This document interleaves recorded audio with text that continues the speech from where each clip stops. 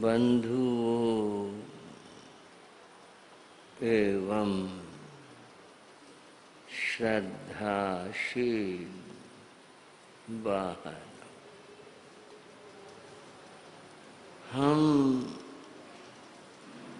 भगवती सूत्र की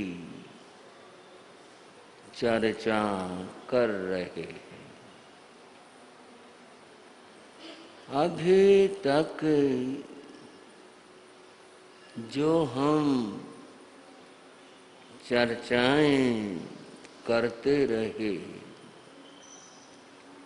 वो किसी भी शास्त्र के प्रारंभ करने में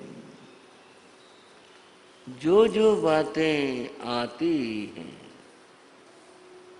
वे चर्चा कर रहे थे। मंगलाचरण की बात हुई, कृतज्ञता भाव की बात हुई और फिर और कुछ चर्चा हुई। आज हम इस शास्त्र में प्रवेश कर रहे हैं। प्रारंभ की कुछ पंक्तियां। तेणं कालेणं तेणं समयेणं रायगीणामं नयरे होत्थाः वर्णयो तत्सरणं रायगीहस्य नैर्यस्य बहिया उत्तरपुरीथि में दिशि भाए गुणशीलैर्नामं चेयोत्था श्रेणीये राया चिल्लणा देवी।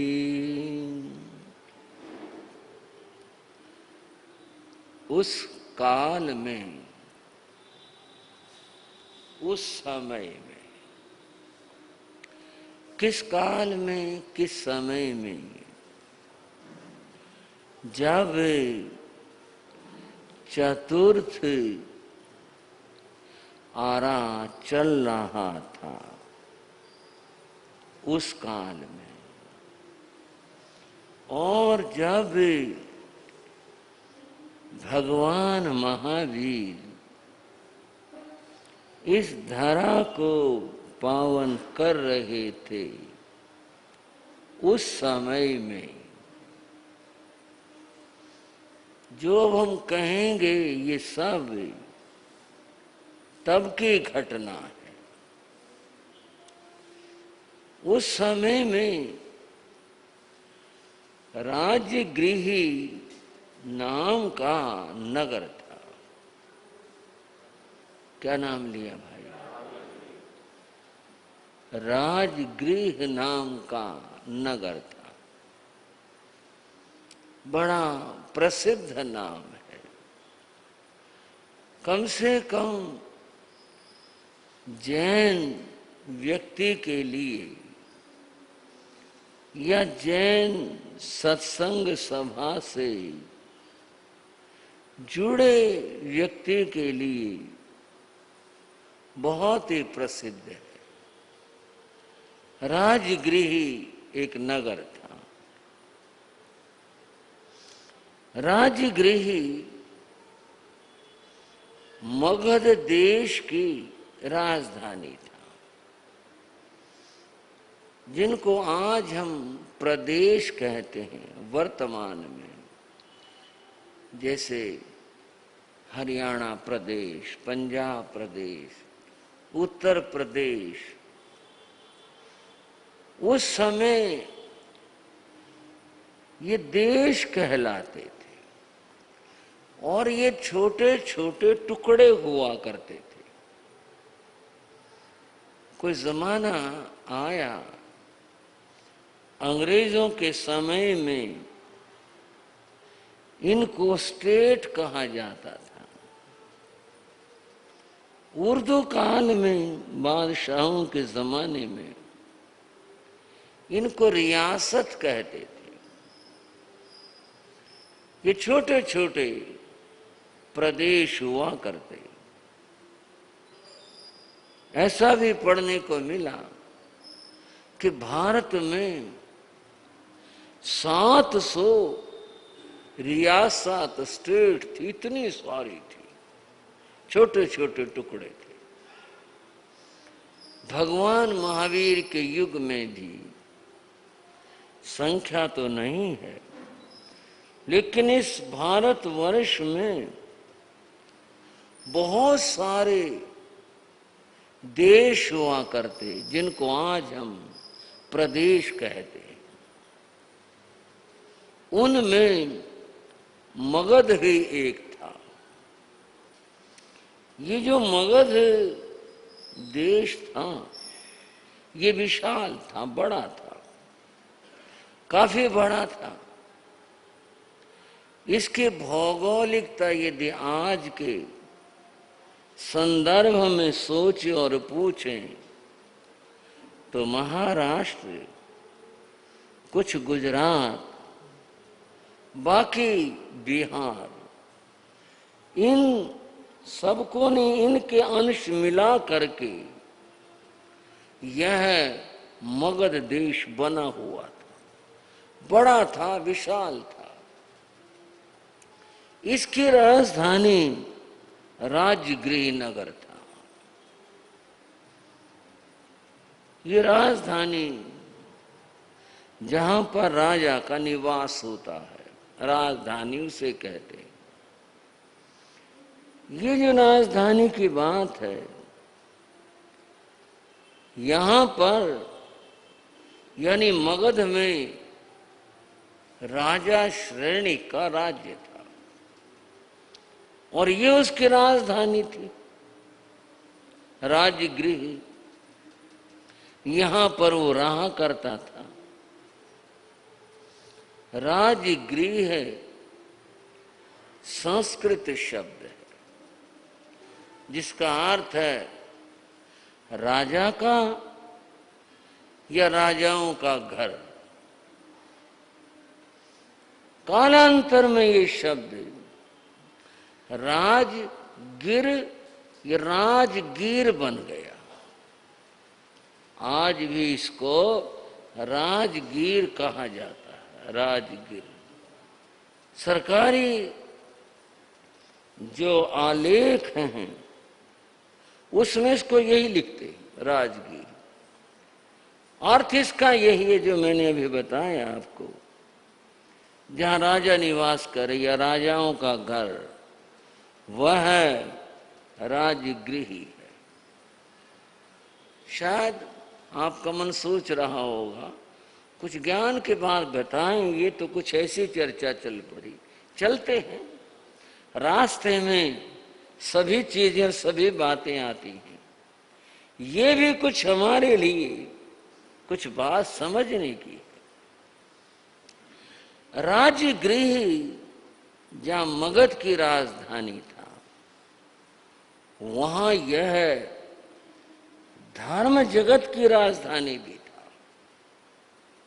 यहां पर भगवान महावीर का पदार्पण होता रहता था।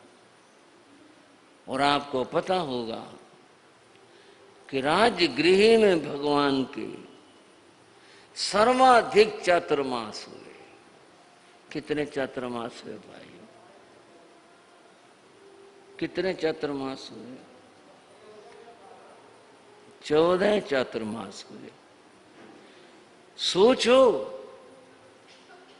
इतने सारे चातुर्मास। ऋषभ विहार वालों,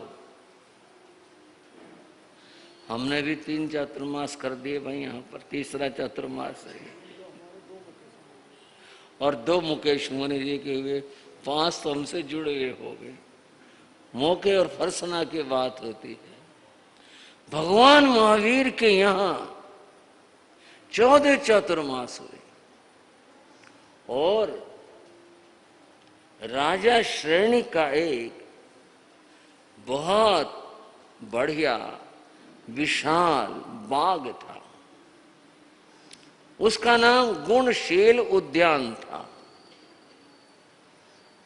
उसमें आपने देखा हो, हमने तो देखा है,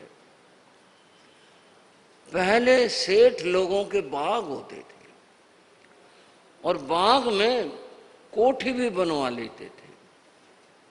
ये लोग जाते थे, सेठ लोग वहां गए, घूमे फिरे, कुछ खाया पिया, कोठी है, आराम विश्राम किया, मन हुआ तो रात रुक गए, सुबह को आ गए। ये सब मनोरंजन था, मनोरंजन के साधन थे। तो ये चूंकि राजा का बाग था, तो यहां ऐसा स्थान जिसको छोटा महल कहें, कोठी कहें, वो भी थी यहां पर, जिसमें राजा सहपरिवार जब आता था घूमने फिरने यहाँ, तो इसका कोठी का उपयोग करते थे, यहाँ पर रहते थे, बैठते थे। उसने ये बाग, गुणशील बाग, संतों के प्रति भक्ति प्रस्तुत करते हुए, उसने संतों के ठहरने के लिए, अब यूं कहूं छोड़ा हुआ था, या उसकी ये भावना थी वे संत पधारे तो यहाँ विराजें, एकांत स्थान है, ऐसी जगह है, यहाँ ठहरे। भगवती सूत्र में जिक्र आता है, एक श्राविका हुई, उस श्राविका ने, वो राजकुमारी थी, उसने अपने महल का अधिकांश हिस्सा धर्म ध्यान के लिए छोड़ा हुआ था। भाइयों, ऋषभ विहार वालों, आपको उस युग में ले जा रहा हूं, भावनाओं से परिचित करवा रहा हूं। अपने महल का अधिकांश हिस्सा छोड़ा हुआ था धर्म ध्यान की दृष्टि से। स्वयं धर्म ध्यान करो, किसी और भाई ने पौषध आदि करना हो वो भी आके कर सकता था। उस जमाने में स्थानक आदि ये तो नहीं थे, भाई यही था। और संत वो भावना करती थी कि संत पधारे तो मेरे यहाँ, मेरे महल के हिस्से में यहाँ करके ठहरे। कितने पुण्य होते हैं भाइयों, पुण्य के कितने भेद हैं। आसान सी बात है। मैं वैसे ही आपको थोड़ा सा 9 पुण्य होते हैं, उसमें लयन पुण्य और शयन पुण्य आता है। लयन वह स्थान, ठहरने का स्थान, इन्होंने इसका महत्व समझा और अपना मकान, अपनी जगह है, इस धर्म कार्य के लिए छोड़ दी। और वहां संत आते थे, विराजते थे, ठहरते थे। राजा श्रेणिक ने भी अपना ये बाग इसी कार्य के लिए छोड़ा हुआ था। बाग था उसका अपना था, स्वयं भी जाते थे। लेकिन भगवान महावीर या और कोई मुनिराज, कोई भी संत अगर पधारे तो यहाँ करके विराजें, ऐसा राजा का भाव रहता था।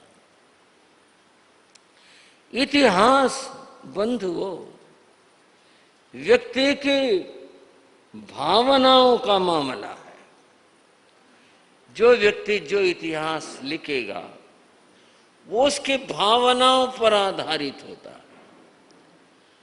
सत्य क्या है ये तो बड़ा मुश्किल होता है, सच्चाई की बात। तो बौद्ध धर्म ग्रंथों में एक ऐसे बाग का जिक्र आया, उसका नाम वेणुवन था। जैसे यहाँ गुणशील बाग का जिक्र आया ना, ऐसे उनके यहाँ वेणुवन का जिक्र आया।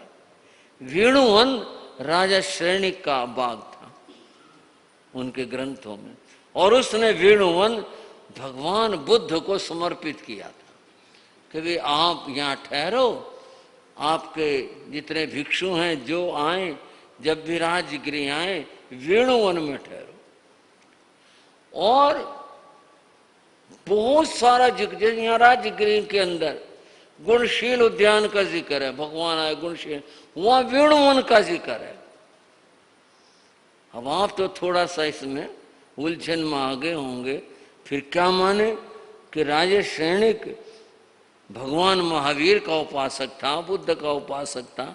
और मैं एक बड़ी सहज बात को, क्यों क्या बात होगी, उपासक तो उसकी भावनाओं का मामला है। अगर इनको भी जगह दे दी, इनको भी जगह दे दी, राजा है, कौन सी बात हो गई, क्या दिक्कत की बात हो गई। राजा तो सबको जगह देता है।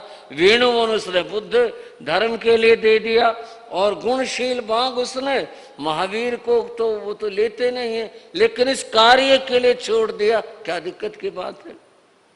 पर ये बात मैं नहीं बताई कि इतिहास लिखने वाले जो भी होते हैं वो अपने भावों से और अपने विचारों से लिखते हैं। इतिहास लेखन की बात समझाता हूं। सुबह सुबह का समय था, सूरज अभी निकला था और ट्रैफिक चालू हुआ था। रोड के ऊपर एक्सीडेंट हो गया, बड़ी बुरी बात हुई। सुबह सुबह का समय एक्सीडेंट तो दोपहर को हो जाए तो कौन सी अच्छी बात है, वही भी उतनी बुरी बात है। शाम हो जाए, रात हो जाए तो भी उतनी बुरी बात है। पर जो घटना है वह सुबह का समय एक्सीडेंट हो गया। और एक्सीडेंट भी क्या हुआ, एक साइकिल का और कार का हो गया। उस व्यक्ति का, साइकिल वाले का, उसको तो उठा के ले गए, जिया मरा उसकी तो बात नहीं। लोग इकट्ठे हो गए, साइकिल टूट फूट गई, पड़ी थी, गाड़ी भी खड़ी थी, और गाड़ी वाले भी जैसे था भाग गए। क्या हुआ, लोग इकट्ठे हो गए। देखने वालों की क्या टिप्पणी है, देखने वाले क्या कहते,